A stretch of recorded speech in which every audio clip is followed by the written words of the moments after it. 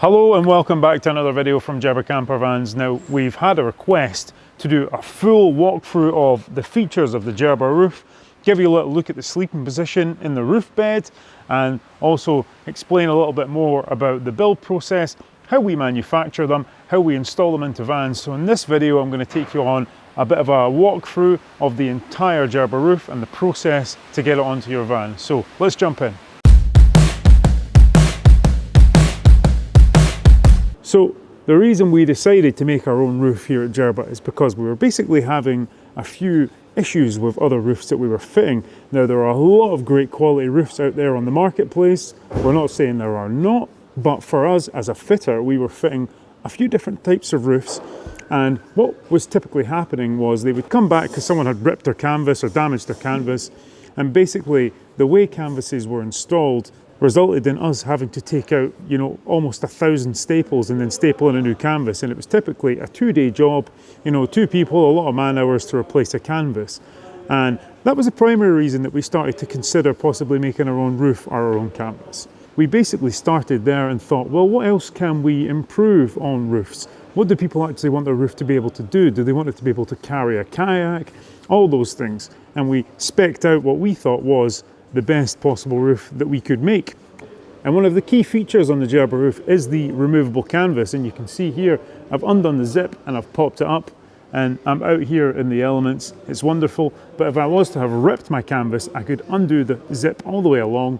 I could feed out the tracking from the top. I could feed in a new canvas, and then I've got the full canvas repaired at home in no time whatsoever. And this zip design is actually a patent that we hold here at Jerba, so it's our own design. We're the only people that can offer it, and it's been very well received. So what about some of the other features? Well, let's jump in and take a look. So one thing that was extra important for us because we're from Scotland is basically that all the Midgmesh, all the midge netting on our canvas was fine enough to keep out even the smallest midges. A lot, if not all, of the roofs that are out there come with a mosquito netting because it's a lot easier to source and it seems to be a lot cheaper to source too. But we thought, why not just do things properly? Let's install Midgmesh.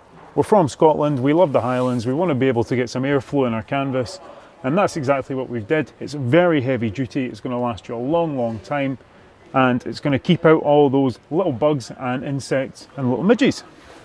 You also want to have the option when you're in your van to get a little bit of light through, but not necessarily let any air in or get any wind blowing in your van. So that's why we've installed a big window on the front section of the canvas so you can let some nice light in. It shines straight in, lights up the entire van, and that's why we've done that. We could have put Midgmesh on here, but again, it would have let the breeze come in, and sometimes you want light with no breeze. So we've got Midgmeshing on the sides, and we've got window on the front. Now, the next thing that we had to consider was the material that we were going to use for our canvas. And we basically landed on something called Ventile. So this is a Ventile cotton canvas. And what put us onto this is because NATO use it in their tents, and it's because it has great insulation properties. It's very durable. It feels really high quality, really nice. You can feel just how heavy and thick the actual material is. It's not like any of those sort of plasticky feeling canvases.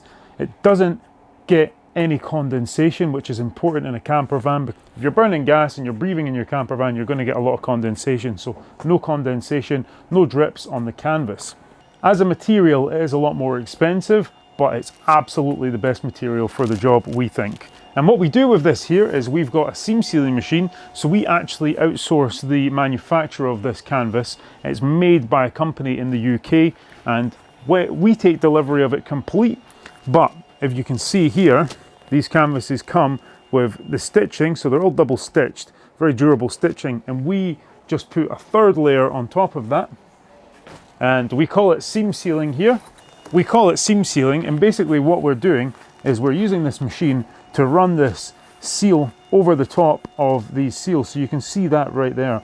So you can see that the stitching here on top is covered by the seam sealing machine's tape, and that just makes it extra watertight and extra durable. Now, we also wanted our roof to fit both long wheelbase and short wheelbase vans, so we did that. But we also wanted it to be front elevation and rear elevation, so we did that too. And you'll see the vans down here. Vince is currently prepping two roofs. One of them's on, one of them's just got the hole cut in the van. These both elevate at the front, so you'll see the roof pops up at the front, so all of the walking space, all the headroom's in the front of the van. For a rear elevation van like our Sana or our Taranze, this would pop up at the back, and that allows you to put your kitchen in the back. It allows you to transform the layout of your van, completely different layout, and walk around in the back. So we've got an option for short, long, front elevation, rear elevation, so we're really covering all the van types out there. One of the things that we put a lot of time and consideration into was the hinge that the hinges that the roof sits on. And our hinge, this one here, is a much thicker material. It's made out of stainless steel so it doesn't rust. It's probably anywhere between 20 and 40% bigger than others on the market. And the reason we decided to make such a heavy duty hinge is because vans in crosswinds tend to flex, and you can bend the hinge in the front parts if you get caught in too big a crosswinds. So these can withstand more front and crosswind than the typical sort of hinge that you see on a camper van roof. And we also decided to upgrade the gas struts that we use too. So this here is a much thicker gas strut, and this is the ram that's used to push the roof up, and they have a much thicker stock at the bottom here, so the entire unit is much bigger, bulkier, much more robust. And the fittings that we use on the ends are no exception to this, so we use much bigger fittings both on the roof itself, on the van, and on these gas struts. And even the ball heads that we put onto these gas rams are much bigger, bulkier units. So we've really made the entire thing capable of standing much greater winds, and also because these are much bigger, they have a much easier time carrying weight. So if you've got roof racks on and all that kind of stuff, they'll pop up with ease, and all the fittings are engineered so they won't break under any kind of load like that. And talking about weight, our roof in the closed position is rated to carry 100 kilograms, so you'll get a couple of kayaks on your roof without any problem whatsoever. And although we don't recommend lifting your roof with any weight on it, we have done it ourselves before, and we've safely lifted one of the guys sit on top kayaks, and it seemed to handle it well. But like I said, we don't recommend that. You should always take things off of your roof if you are going to elevate them. And talking about weight, most other roofs on the marketplace are rated to anywhere up to 60 kilograms. But our roof, because of its thick 17mm thick fiberglass shell, can lift up to 100 kilograms, so it's rated for a much greater weight. It means you're going to have ease when you go to put on a couple of kayaks or a roof box or anything like that. So another bonus of having these bigger over-engineered parts on our roof. Now you can see behind me we've got a rack of roofs here, so we've got a whole bunch of different sizes, front and rear elevation, and these are how they come to us from our manufacturer. So we don't manufacture the actual roof shells either, we just assemble them here at Jerba. And our friends down at MPM will supply us with the shell. It's made to our specific mold, so we put a lot of development into the mold and the tooling needed to make our roof. So it is a one-of-a-kind roof. You won't get it anywhere else, and we own all the tooling and all the molding for that. Basically, we get it here unpainted. It comes in this primed sort of resin. We then send them out to a local painter who we've worked for many, many years now, and he does the full paintwork, and he'll match these to the color of your van, and it'll look absolutely fantastic. Other things that we do here, the guys will put in the roof lining, they'll put on all the locks, all the brackets, all the handles, all that kind of stuff, and they'll get it to a complete product. Here we have a roof that we've just received back from the painter. You can see it's red, it looks fantastic, and it's going to go on that van right there. But one little key thing to notice, and this is something that we noticed with a few roofs, is that many of them will actually hold little pools of water on the roof, and that's not great for your paint. What we actually did was designed our shell to match the convex shape on the top of the van. It's only slight, but it's enough to stop any standing pools of water on your roof when your van's stationary in the car park, that kind of thing, overnight. And it's just those little details, little things that we thought about that we think make this roof a step ahead of the rest. And now one thing that's often overlooked when people are considering buying an elevating roof is how it's actually fitted. And this is actually really, really important because you want to know that in the event of a crash, your roof is going to be safe. Now, it's worth noting first of all that all our vans with our roof setup have full type approval. And what that means is basically we've gone and we've done the pull test in the van, we've done the crash test. So we know that our roof is safe in the event of any kind of impact. But just how do we do that? So we basically have a frame like so, and it comes in 4 parts. We've got front, a back, and then the 2 sides. And once we've done all the cut-out work, we then bolt in this frame at the front. So this is a front frame, and it bolts into the side of the van. There's some pre-existing holes for that. We then do the same at the back, and then we've got these side plates which hold everything in together, and this keeps the van nice and tight. Now these are made out of thick steel, and we have these pressed just for us. These are unique, one-of-a-kind parts again, and we've designed all this in-house, and these come nice and powder coated, so you know they're not going to rust. They're treated and they have a fantastic finish. Now this one is covered in glue because Vince is just about to do the carpeting on this side. He's away getting the other part of his carpet just now, but you can see that that's riveted all the way along the van, and any parts that connect have a Sikaflex bond underneath. So you're not going to get any squeaks or any rattles. It's completely secure, so it's absolutely secured on tight. It's secured at the front, it's secured at the back, and it's secured into the parts of the van that are made as structural parts. So we've got A, B, C, D pillars in these vans. So we know what we're doing and we've done it properly. You know that we're fitting your roof, it's going to be safe, and we've done the tests to prove so, and we've invested a large amount of money in doing those tests too. So, peace of mind. So the next thing that we had to consider when we were building our roof was the roof bed. We wanted it to be super comfortable. We didn't want it to be like most of the other ones on the marketplace, which are just basically a sheet of furniture plyboard with a cushion on top.